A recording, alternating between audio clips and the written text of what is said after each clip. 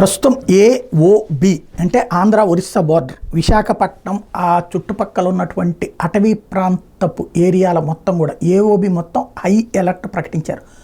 ఓ రకంగా చెప్పాలంటే ఆంధ్రప్రదేశ్ సరిహద్దు ప్రాంతాల్లో హై అలర్ట్ ప్రకటించారు. ఎందుకు అంటే ఛత్తీస్గఢ్లో జరిగినటువంటి ఎన్కౌంటర్, సాధారణంగా అదంతా కూడా అటవీ ప్రాంతం, లింక్డ్ అటవీ ప్రాంతాలు, ఒకదానికొకటి 3 రాష్ట్రాల మధ్య లింక్ అయి ఉంటాయి, ఛత్తీస్గఢ్, ఒరిస్సా, ఆంధ్రప్రదేశ్. అందుకనినే ఛత్తీస్గఢ్లో నుంచి అట్లా అడవుల్లో నుంచి నడుచుకుంటూ వస్తారు. వాళ్ళకి ఆ లోపల దారులు తెలుసు, ప్రత్యేకించి ఒక కాలిబాట లాంటివి ఉంటుంటాయి వాళ్ళకి.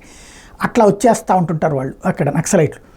వాళ్ళకి అక్కడక్కడ ఉండటానికి ఎక్కడ ఉండాలి ఇవన్నీ కూడా తెలుసు వాళ్ళకి. ఇప్పుడు ప్రస్తుతం నక్సలైట్లను పెద్ద ఎత్తున 29 మందిని కాల్చి చంపినటువంటి ఘటన అయితే అది ఎన్కౌంటర్ అని చెప్తున్నారు.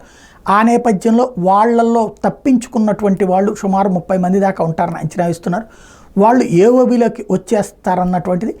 తద్వారా లేదా ఇక్కడ ఏఓబిలో ఉన్నటువంటి కొంతమంది నక్సల్స్ అక్కడ కొన్ని ఘాతుకాలకు పాల్పడే అవకాశం ఉంది, ప్రభుత్వ కార్యాలయాల మీద అంటే ప్రతీకారాలు తీర్చుకునేటువంటి చర్యలకు పాల్పడే అవకాశం ఉందని చెప్పి మొత్తం ఏజెన్సీ ప్రాంతాల్లో ఇప్పుడు హై అలర్ట్ ప్రకటించారు పోలీసులు.